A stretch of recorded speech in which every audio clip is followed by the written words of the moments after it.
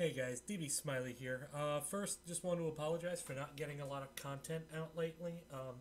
I do have a Sparky hard mode guide that I'm working on.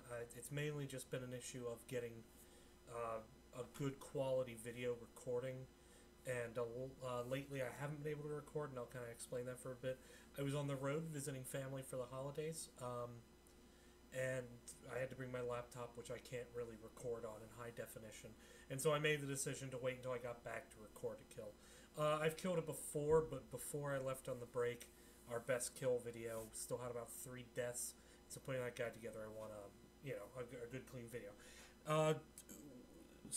Bulo and Sword Squadron are now what I'm working on. That is with TFM, where I'm doing my Power Tech Tank, which most of my videos are from TFM. We're working on Quartermaster Bulo, and with Cherry Poppers, which is my second team, I'm a Merc healer. We're working on Sword Squadron, although we've only just recently gotten into it. We're still kind of gearing up with both teams.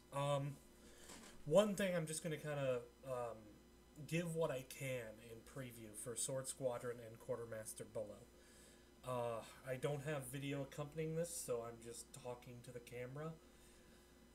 So this is kind of awkward, but starting with Quartermaster Bulo, which I've spent the most time on. TFM has been working on that now for about 2 weeks. It is an insatiably difficult fight. The damage output is very high. The fire barrel, when it hits, can take away half the health of most people. The boss on hard mode, his scatter blaster, puts a stacking debuff on whoever gets it, which is typically the tanks. And this stacking debuff is going to dramatically increase your incoming damage. Now, there's a couple ideas I have for how to handle that, but we haven't really gotten that far yet. Pirates are percentage based in hard mode, so we know that there's scripted pirates that come out at the beginning where I take the barrel and run up to the top and drop the volley there to kill the initial 5 ads.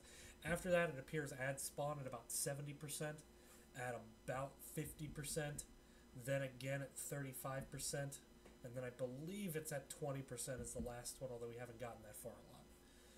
The ads do a ton of damage, so right now we're having the tanks guarding the healers. This seems to reduce the likelihood that the ads target the healers initially, which means they're more likely to spread out their fire, and it's easier for tanks to get aggro and hold aggro on the pirates, while a DPS kegs them. That is, picks up a keg and runs it. We're having our DPS keg the ads, and the reason for that is if the tank is running the ads to a blue circle, a blue volley circle to kill them, and they're running through the raid, then the raid could get cleaved by Scatter Blaster.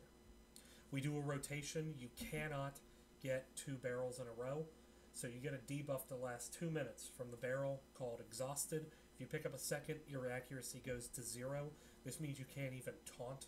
You move really slow. It basically, you become useless to the raid.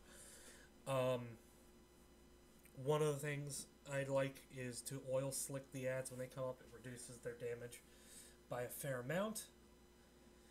And then that's pretty much it. It's just high damage output. It's a really tightly tuned fight. With the Exonium carts, they'll go to whichever tank has main aggro, so that forces a tank swap because you can't be taking Exonium and Shotgun Blast at the same time. Just a very high damage output fight. It reminds me a lot of Mithrasher, where it's really tightly tuned. It's a short fight, but you really got to be on your game to kill him. Swordmaster's hard mode, which we haven't gotten that far into yet. The only real new mechanic outside of increased damage is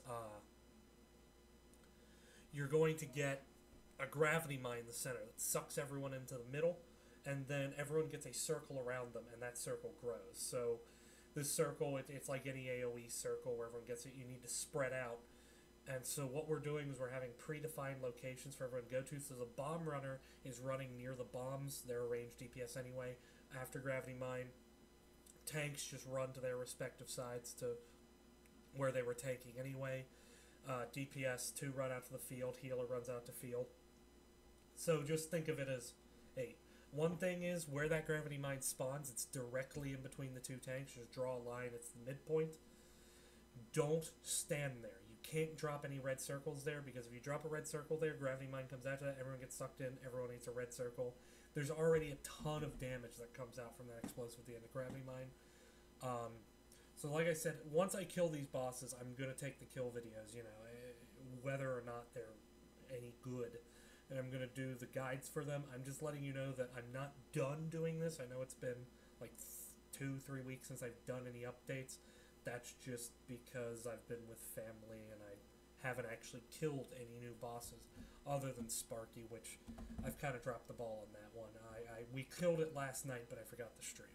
Anyway, so that's just some brief discussion. If you have any questions about the two fights, just put them down there in the comments. I keep an eye on my comments thread, and I'll try to respond to them as best I can. Keep in mind that I haven't killed the fights completely, and if you have any ideas, feel free to throw them out there. Thanks for watching.